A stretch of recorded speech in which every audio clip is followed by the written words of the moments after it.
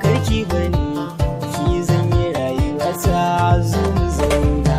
So ya shiga zuciyata kar ka bar ni, da kai zan yi rayuwa ta zo mu zauna.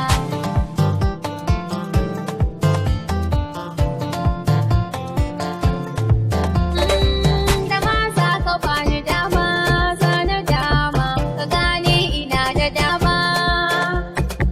Ni kai ɗai na sa a raina, sahibina, ina da kai bana na dama. Da ma za ki bani dama ni zana dama, akan ki zana kare himma. Shidawa a halina akwai amana, ni da ke ya daura aure mu zo mu zauna.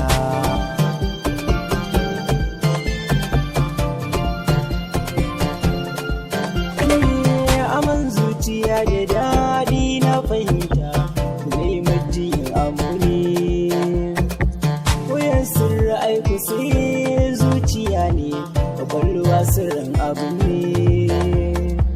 Ina baki raga mata zuki jani, kuma ki ban wurin zama ne. Cikin zuciyar kini zana kwanta, kure da kici da ni akwai amana. Ni na gode Rabbana sarki tabara, da kai ne ka zangwadina. Ni so ya shige min zuciyata, ya samu guri ya zauna. Ni gado na so na yi da ƙauna, ta ya za a ce in daina. Duk wanda baya yin so baya gane abin da nake nufi a cikin batuna. Kar ka bar ni, zo mu zauna.